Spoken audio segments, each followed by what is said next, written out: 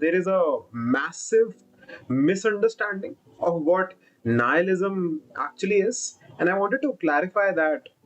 So I am trying to do this live essentially. Anyway, just to give you all an idea of what nihilism is, let me summarize. So actually, let me get my whiteboard because I think I'll be able to explain it better on it. This is always useful when I'm trying to explain concepts, mostly because when it comes down to philosophical concepts, a lot of people don't intrinsically,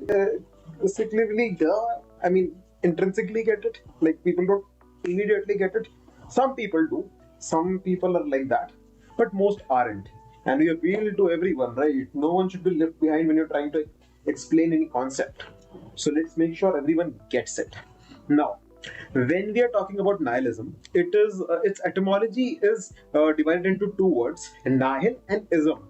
Nihil is the word means nothing, and ism is a belief. Therefore, nihilism means a belief in nothing. Right? I think everyone understands nihilism to this extent. There is a confusion which comes in later with nihilism, which is then uh, mostly different from for a lot of people. Okay, wait. Some viewers are here. Hi, Misaki-chan. Hello. I'm going to explain nihilism. Okay. So let's try and understand what nihilism is. Now, when I'm defining nihilism as a belief in nothing, what does that mean? That means that nihilism says objective truth does not exist. That is what nihilism is trying to say. That there is no such thing as objective truth. Now you're going to ask me, what does objective truth means? Let's firstly see. When people say something is wrong, I'm talking about morality, right? So in morality, objectivity means that irregardless of whatever society it is a part of, irregardless of whatever system or law it is a part of, something is wrong. When we say murder is wrong, we do not mean to say that murder is wrong in the Indian society. We do not mean to say murder is wrong in my religion. What we mean to say is that murder is wrong, full stop. It is universally considered to be wrong. Right. Where are my dogs? And this. Alright, fuck that guys. Let's try and understand this nihilism anyway. Yeah, so uh, something is wrong within the confines of society is not what we mean. We mean it is universally wrong. Nihilism rejects that notion. Nihilism says there is no such thing as a universal morality. There is no such thing as universal in the first place. So to nihilism, there is no God, right? There is no religion. There is no moral authority at the end of the day. Nothing is objective. Not so. The belief of nihilism is that no such thing as objectivity exists. If I say murder is wrong, nihilism is going to say yes, but in your subjective system, whether that subjective system is law, whether that subjective system is society, whether that subjective system is your religion, that is within that framework, not outside of it. So therefore, nihilism does not believe in any objective right or wrong. That is the core of nihilism. Nothing objectively exists. That also falls into then existentialism. If there is nothing that exists, that means meaning also does not exist. If there is no meaning, there is no purpose of life also. If there is no purpose of life, there is no value of life also. And then we get into the Rick and Morty talk, which is basically nothing exists on purpose, nobody belongs anywhere, everyone is going to die. True.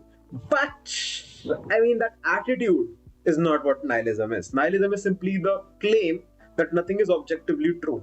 And let me be very frank with you, if you actually go into high philosophy, you will realize that all of science, all of maths, all of knowing and knowledge, they all reside on assumptions. We actually don't know anything. And if we are going to prove something, we'll be able to prove no thing.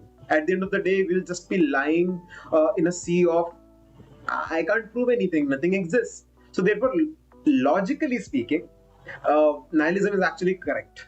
So that is a very uh, defensible position in philosophy.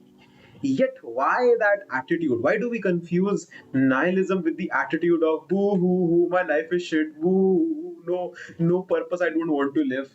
That is the question. Let's see what Lord Eisen is saying. Rick and Morty. Yeah, Lord Eisen, Rick and Morty. Anyway, so now, nihilism, therefore, is the belief that nothing exists. There is then another question. Now it is, and what I'm going to talk about is specifically about existential nihilism, right? So it says that okay, meaning does not exist. We have established that again there is no meaning. But if there is no meaning, does that mean can meaning be created or can meaning not be created? Those are two schools of thoughts, correct? So there is one school of thought that yes, meaning can be created, and the another school of thought says no, meaning cannot be corrected. Yes and no. Now, when you think that meaning can be created, there is the belief that we should create meaning then, right? That is existentialism. Existentialism is the belief that life has no inherent meaning, no purpose, no value, but we create our own meaning. That is existentialism. The other school of thought is that no, there is no meaning, and meaning cannot be created either. That is absurdism. Absurdism is the belief that life does not have any meaning. You cannot even create meaning in life. And the act of you trying to create meaning when meaning can never be created is fucking hilarious. That is what absurdists believe. What people confuse, there is another branch of this, right? So the reason the no people are all laughing their asses off in absurdism is because there is another set of people which are not laughing, which are crying, which are saying, why can there be no meaning? I know there can be no meaning, but this shit is so sad.